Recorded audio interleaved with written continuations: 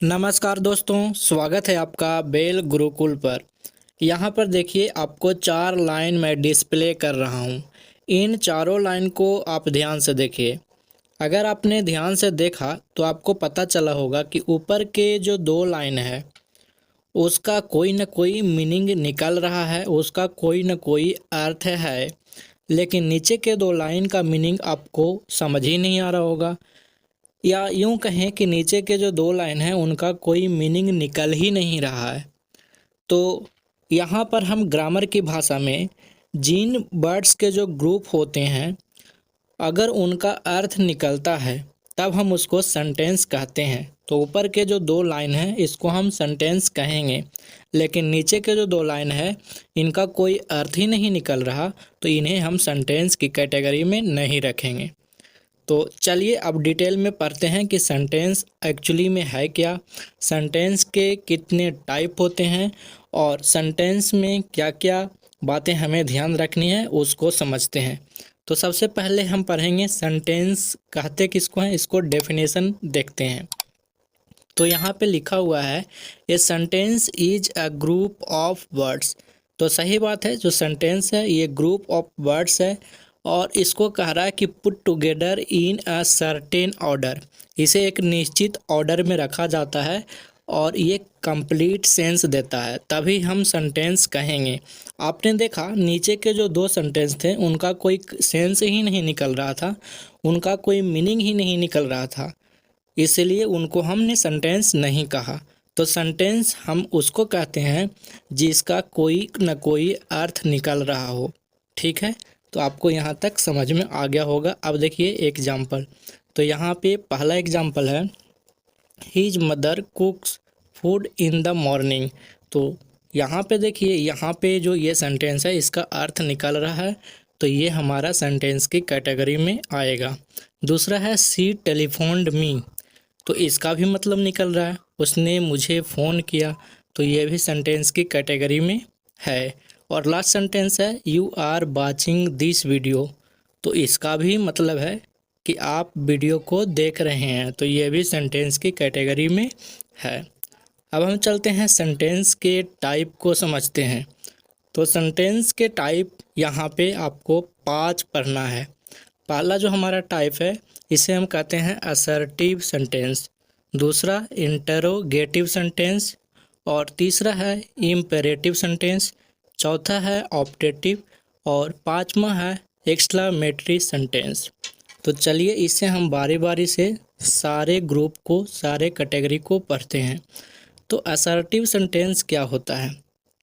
तो assertive sentence basically इस ऐसा सेंटेंस होता है जो कोई एक स्टेटमेंट बनाता है, या फिर आप यूं कहें कि कोई भी ऐसा सेंटेंस जिससे कोई स्टेटमेंट बनती है, या फिर वो सेंटेंस कोई बात बताता है, कोई भी इंफॉर्मेशन को हमें बताता है, तो उस सेंटेंस को हम असर्टिव सेंटेंस की कैटेगरी में डालते हैं। कैसे, अब इसको हम समझ लेते हैं। तो देखिए यहाँ पे जो एग्जांपल है, कर ही वाज अ फार्मर। तो जो ये सेंटेंस है ये क्या कर रहा है, ये एक सिंपल सा बात है, यहाँ पे इंफॉर्मेशन को दे रहा है। तो ये हमारा कौन सा सेंटेंस होगा? असर्टिव सेंटेंस होगा। दूसरा है सरिता इज गोइंग टू होम। तो ये भी एक इंफॉर्मेशन की बात कर रहा है, कोई भी बात बता रहा है, ये एक सिंपल सा स्टेटमेंट है, तो इसे हम असर्टिव सेंटेंस कहेंगे। तीसरा he will come on time.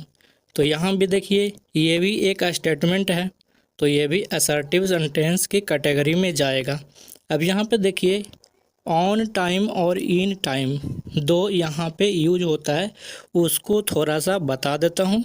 On time का मतलब है बिल्कुल एग्जैक्ट समय पर, और इन टाइम का मतलब है समय से पहले। जैसे आप ऐसे समझिए, आप एग्ज़ाम देने जाते हैं, चाहे कोई भी एग्ज़ाम हो, बोर्ड एग्ज़ाम हो या फिर कोई जॉब का तैयारी करते हैं तो उसका एग्ज़ाम है। तो एग्ज़ाम क्या होता है? On the time, on time शुरू होता है ना। एग्ज़ाम हमेशा ऑन टाइम शुरू होता है और आप वहाँ पहुँचते हो टाइम से पहले। इसका मतलब है कि आप इन टाइम पहुँचते हो और ऑन टाइम एग्ज़ाम होता है। अब हम पढ़ते हैं असर्टिव सेंटेंस की 2 कैटेगरी होती है, एक अफर्मेटिव और दूसरा negative sentence. Basically affirmative sentence उस सेंटेंस को कहते हैं जिससे पॉजिटिव सेंस या पॉजिटिव मीनिंग देता है, और निगेटिव सेंटेंस उस सेंटेंस को कहते हैं जिसमें हमें कोई नो, नॉट, नेवर ये सब जो है निगेटिव वर्ड लगा रहता है और ये निगेटिव मीनिंग देता है। जैसे देखिए यहाँ पे पहला लिखा हुआ C plays cricket in the field, तो ये एकदम बिल्कुल पॉजिटिव है, इसमें कोई भी नो, नॉट, नेवर जैसे शब्द नहीं हैं, तो ये होगा अफर्मेटिव सेंटेंस। दूसरा है the teacher explain the concept clearly, तो ये भी सेंटेंस है, इसमें भी कोई नो, नॉट, नेवर जैसा कोई भी यहाँ पे शब्द नहीं है, तो ये भी अफर्मेटिव सेंटेंस ही होगा। तीसरा है माई मदर डज नॉट, तो यहाँ पे लिखा my mother doesn't want to go there, तो यहाँ पे डजंट क्या है, एक निगेटिव टर्म है, तो ये हमारा निगेटिव सेंटेंस की कैटेगरी में जाएगा। और तीसरा है I am not a comedian, तो यहाँ पे क्या नॉट एक निगेटिव टर्म है, तो ये भी हमारा निगेटिव सेंटेंस की कैटेगरी में जाएगा। उसके बाद लिखा हुआ ही नेवर कम्स हेयर, तो नेवर भी एक निगेटिव टर्म है, तो ये भी निगेटिव सेंटेंस है। और लास्ट में लिखा हुआ सी डिडंट कॉल माई ब्रदर, तो डिडंट ये क्या है, ये तो ही एक निगेटिव सेंस दे रहा है ना, तो ये भी निगेटिव सेंटेंस होगा। तो असर्टिव को दो कैटेगरी में बांटते हैं, पहला अफर्मेटिव सेंटेंस और दूसरा निगेटिव। अब हम आगे देखते हैं, तो हमारा दूसरा जो टाइप है ये है इंटरोगेटिव सेंटेंस। तो इंटरोगेटिव सेंटेंस बेसिकली ऐसा सेंटेंस होता है जो कि प्रश्न करता है, जो कि क्वेश्चन को पूछता है ना। जैसे यहाँ पे लिखा हुआ सच sentence that ask a question is called interrogative sentence, जो कोई सवाल पूछता है, जो कोई क्वेश्चन करता है, तो इस तरह के जो सेंटेंस होगा उसको हम कहते हैं इंटरोगेटिव सेंटेंस। ठीक है, अब इसकी भी कैटेगरी होती है, उसको हम देखेंगे, उसके पहले हम एग्जाम्पल को देख लेते हैं। तो देखिए यहाँ पे लिखा हो आर यू हैप्पी टुडे, क्या आप आज खुश हो, तो देखिए ये क्वेश्चन कर रहा है ना, और इसमें क्वेश्चन मार्क लगा रहता है। ठीक है, तो ये हो गया हमारा इंटरोगेटिव सेंटेंस। दूसरा है do you know my father, क्या आप मेरे पिताजी को जानते हैं, तो ये भी क्वेश्चन है ना, तो ये भी हमारा इंटरोगेटिव हो गया। ठीक उसी तरीके से लिखा डीड राधा ईट समथिंग, क्या राधा ने कुछ खाई, तो ये इंटरोगेटिव हुआ। और नेक्स्ट है why are you not going to a school, आप स्कूल क्यों नहीं जा रहे हो, तो ये सारे सेंटेंस कोई ना कोई क्वेश्चन कर रहा है, और क्वेश्चन की वजह से ही इसको इंटरोगेटिव की कैटेगरी में डाला गया है। अब हम आगे पढ़ते हैं, तो इंटरोगेटिव का दो टाइप होता है, एक होता है यस नो क्वेश्चन सेंटेंस और एक होता है WH क्वेश्चन का सेंटेंस। तो देखिए यस नो क्वेश्चन जो सेंटेंस होता है, ये सेंटेंस इस तरीके का होता है जिसका जवाब या तो यस में या नो में मिलता है, इसीलिए इसको कहते हैं यस नो क्वेश्चन का सेंटेंस। और WH क्वेश्चन का जो सेंटेंस होता है वो या तो W से या H से शुरू होता है, इसीलिए इसको बोलते हैं WH क्वेश्चन वाला सेंटेंस। ठीक है, अब यहाँ पे दो बातें याद रखनी है, जो भी यस नो क्वेश्चन वाला सेंटेंस होगा उसका जवाब यस या नो में तो मिलेगा ही, और वो स्टार्ट होगा ऑक्सिलरी वर्ब से, is, am, are, was, were, has, have, had, है ना, can, could, may, might, shall, should, ये सारे मॉडल हैं, तो या तो ऑक्सिलरी वर्ब, एक्चुअली वो भी मॉडल ऑक्सिलरी वर्ब ही है ना, तो ये सारे स्टार्ट होंगे ऑक्सिलरी वर्ब से, और ये स्टार्ट होंगे क्वेश्चन वर्ड से जो W या H से शुरू होंगे, जैसे why, where, when, why, how, है ना, व्हाट, ये सब से। तो आपको यहाँ तक ये वाला जो है ये भी समझ में आ गया होगा। अब हम बात करते हैं इम्पेरेटिव सेंटेंस को। तो इम्पेरेटिव सेंटेंस क्या होता है, कह रहा है कि a sentence that expresses an order, तो कोई भी सेंटेंस जो ऑर्डर को बताएगा या रिक्वेस्ट को बताएगा, और ए पीस ऑफ एडवाइस या कोई सलाह की बात करेगा, तब हम उसे कहेंगे इम्परेटिव सेंटेंस। जैसे देखिए इसमें एग्जाम्पल मैंने आपको डे 1 में ही बताया था कि जो इम्पेरेटिव सेंटेंस होते हैं वो सिर्फ वर्ब से ही बन जाते हैं, है ना। तो यहाँ पे लिखा हुआ गो, तो ये भी एक इम्पेरेटिव सेंटेंस हुआ। यहाँ पे यू क्या होता है, छिपा होता है। दूसरा है लाफ, तो लाफ मतलब ये भी इम्पेरेटिव है और ये दोनों ऑर्डर को बता रहा है। कह रहा है गो मतलब जाओ, लाफ हंसो। काइंडली शट द डोर, दरवाज़ा बंद करो। तो काइंडली या प्लीज लगा होता है तो रिक्वेस्ट की बात करता है, आग्रह करता है। उसी तरह से कह रहा है टेक केयर, ध्यान रखो, तो ये भी इम्परेटिव होगा। और आगे लिखा हो डोंट गो इन द सन, धूप में मत जाओ, तो ये भी ऑर्डर की बात हो रहा है और ये निगेटिव इम्परेटिव है ना। उसके बाद bring a cup of T, एक कप चाय लाओ, तो ये भी ऑर्डर दिया जा रहा है। और लास्ट है लव योर पेरेंट्स, अपने माँ बाप को प्यार करो, तो ये एक बेसिक सा सलाह है, तो ये भी इम्परेटिव सेंटेंस होगा। अब यहाँ पे एक बात बता दे रहा हूँ, पेरेंट में अगर एस नहीं लगा होगा तो इसका मतलब होगा माता या पिता, और जब एस लगा हुआ होगा तब मतलब होगा माता और पिता। ठीक, तो चलिए ये भी आपको याद रखना है। नेक्स्ट है ऑप्टेटिव सेंटेंस। ऑप्टेटिव सेंटेंस क्या होता है, तो ऑप्टेटिव सेंटेंस ऐसे सेंटेंस होते हैं जो कर्स यानी श्राप, ब्लेसिंग यानी आशीर्वाद, प्रेयर यानी प्रार्थना, विश यानी इच्छा, ये सब को एक्सप्रेस करते हैं। तो ऐसे सेंटेंस को ऑप्टेटिव सेंटेंस कहते हैं।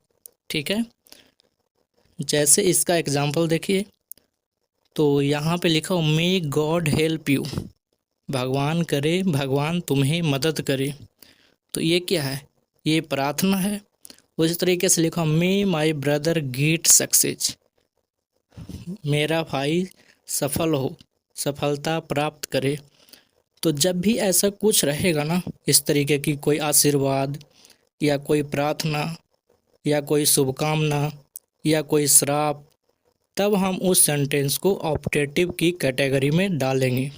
लास्ट में लिखा हुआ may the soul of your grandfather get peace in the heaven, कह रहा है कि जो तुम्हारे ग्रैंडफादर, जो तुम्हारे दादाजी की जो आत्मा है वो स्वर्ग में उनको शांति प्रदान करे, शांति मिले, उन्हें शांति मिले। तो ये भी एक प्रकार का क्या है, विश है ना। तो ऐसा जब भी होगा तो आपको ऑप्टेटिव सेंटेंस में चला जाएगा। अब कई बार क्या होता है कि बहुतों बार जब ऑप्टेटिव सेंटेंस का फॉर्मेशन होता है तो वो में से शुरू होता है और में ही से बनता है, लेकिन कई बार बिना में के भी ऑप्टेटिव सेंटेंस बनाए जाते हैं। जैसे यहाँ पे लिखा हुआ ब्रेक अ लेग।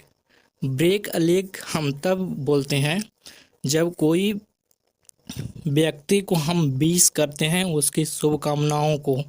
जैसे कोई एग्ज़ाम देने जा रहा है तो कहते हैं ना ऑल द बेस्ट, तो वही चीज़ है ब्रेक अ लेग। ठीक है, तो ब्रेक अ लेग ये भी एक ऑप्टेटिव सेंटेंस होगा। उसी तरीके से गुड लक कहते हैं तो गुड लक भी ऑप्टेटिव सेंटेंस होगा। लॉन्ग लिव माई सन, कह रहा है कि लंबी उम्र हो मेरे बेटे की, तो ये भी ऑप्टेटिव सेंटेंस की कैटेगरी में जाएगा। तो बिना में का भी ऑप्टेटिव सेंटेंस बन जाता है, तो ये भी ध्यान देना है। ठीक है, अब लास्ट हम बात करते हैं एक्सक्लामेटरी सेंटेंस को। तो एक्सक्लामेटरी सेंटेंस कौन होते हैं, तो ऐसे सेंटेंस जो कि सडन या स्ट्रॉन्ग फीलिंग को बताते हैं, जो हमारे माइंड का जो अचानक से जो फीलिंग होती है उसको बताते हैं, तब हम उसे कहते हैं एक्सक्लामेटरी सेंटेंस। जैसे आप ऐसे समझिए, आप सोए हुए हैं और आपके बेड के नीचे से सांप निकल आता है, तो उस समय आपके अंदर जो स्ट्रॉन्ग जो सडन फीलिंग आएगा तो वो एक्सक्लामेटरी सेंटेंस में ही जाएगा। जैसे देखिए एग्जांपल में कह रहा है व्हाट अ स्ट्रेंज मैन, कितना अजीब आदमी है, है ना। तो ऐसा रहेगा। तो यहाँ पे देखिए एक्सक्लेमेशन मार्क भी लास्ट में रहेगा। अगर कोई अच्छा काम करता तो कहते हैं वेल डन माय सन, शाबाश मेरे बेटे। ठीक है, तो इस तरीके की जब भी होगा तो ऑप्टेटिव सेंटेंस से हम उसको एक्सप्रेस करते हैं। What a beautiful girl you are, कितनी सुंदर लड़की हो तुम, है ना। तो ऐसे जब हम भी एक्सप्रेस करेंगे ना अपने दिल की भावनाओं को, जो कि स्ट्रांग होगा या फिर सडन फीलिंग होगा, तो हम ऐसे करते हैं। या फिर ऐसे वर्ड भी होते हैं जैसे अल्लास, आई एम रूइंड, हाय मैं लूट गया, है ना। तो इस तरीके से करते हैं। या फिर आपके कानों में कोई एक अच्छा सा आइडिया सुनाता है तो आप कहते हैं ना, वाह दैट्स अ ग्रेट आइडिया। ठीक है, तो इस तरीके से आप एक्सप्रेस करते हैं एक्सक्लेमेटरी सेंटेंस में। या फिर आप कोई क्रिकेट खेलते हैं और मैच जीत जाते हैं तो कहते हैं hurrah, we have won the match, है ना। तो इस तरीके से हम एक्सक्लेमेटरी सेंटेंस से एक्सप्रेस करते हैं। तो मैंने सेंटेंस को अच्छे से पढ़ा दिया है। अब यहाँ पे एक छोटा सा टेस्ट लेते हैं और देखते हैं आपने क्या सीखा। तो देखिए, सबसे पहला सेंटेंस यहाँ पे लिखा हुआ है, सी इज वॉचिंग टीवी। अब बताइए कौन सा सेंटेंस है। तो ये है असर्टिव सेंटेंस। दूसरा लिखा हुआ है, रवि डज नॉट प्ले, यहाँ पे प्ले होगा, प्लेज नहीं होगा। ठीक है, रवि डजंट प्ले फुटबॉल। तो ये कौन सा हो जाएगा, निगेटिव हो जाएगा, है ना, असर्टिव का निगेटिव सेंटेंस। और लास्ट में लिखा हो, आर यू कमिंग टुमारो। तो ये देखिए ये पूछ रहा है ना, ये क्वेश्चन कर रहा है, तो इंटरोगेटिव होगा। और इंटरोगेटिव का यस नो क्वेश्चन का सेंटेंस होगा। प्लीज ओपन द डोर, तो यहाँ पे प्लीज लगा हुआ, रिक्वेस्ट की बात हो रहा है, तो ये इम्परेटिव सेंटेंस होगा। व्हाट अ ब्यूटीफुल डे, कितना सुंदर दिन है, तो ये आश्चर्य की बात है, एक फीलिंग है, तो ये हो जाएगा exclamatory sentence. The teacher explain the topic clearly, तो ये किस में जाएगा, ये जाएगा असर्टिव सेंटेंस में। असर्टिव का affirmative. Can you solve this problem, तो ये इंटरोगेटिव होगा। और इंटरोगेटिव का यस नो क्वेश्चन आप कह सकते हैं। Don't talk during the meeting, meeting के दौरान बात मत करो, तो ये क्या ऑर्डर है ना, तो ये हो जाएगा हमारा इम्परेटिव सेंटेंस। ठीक है, अगर आपका इसका पीडीएफ लेना है तो टेलीग्राम चैनल ज्वाइन कर लीजिएगा, लिंक डिस्क्रिप्शन बॉक्स में दिया हुआ है।